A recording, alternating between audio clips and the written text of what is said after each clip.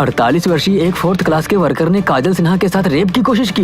बच्चा काफी डेवलप हो चुका है। तो दोस्तों, इस वीडियो में हम बात करने वाले हैं भोजपुरी की एक बेहतरीन धमाकेदार फिल्म, जिस फिल्म का नाम रखा गया है अंदाज। इस फिल्म से जुड़ी कई सारी अपडेट देने वाले, तो बने रहिए आज की हमारी नई धमाकेदार वीडियो में।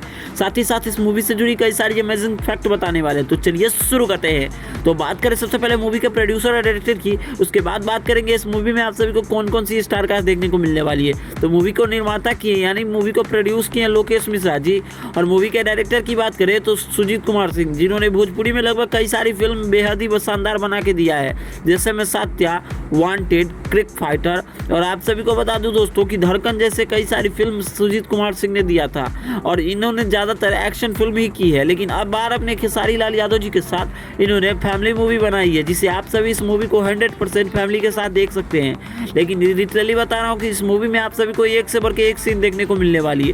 मूवी की हर एक सीन को बेहतरीन परफेक्ट बनाने की कोशिश की गई है।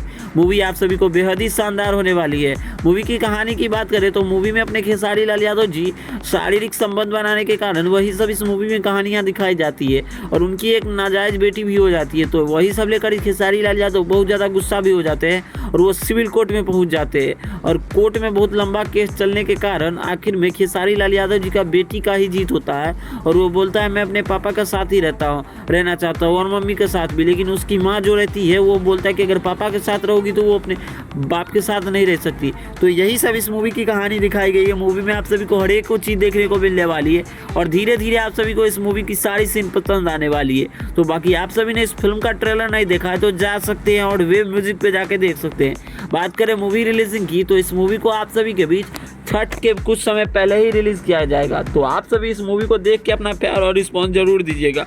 बाकी वीडियो पसंद आए तो इस वीडियो को लाइक करिए, चैनल को सब्सक्राइब करिए। भोजपुरी सिनेमा से जुड़ी हर एक जेन्युइन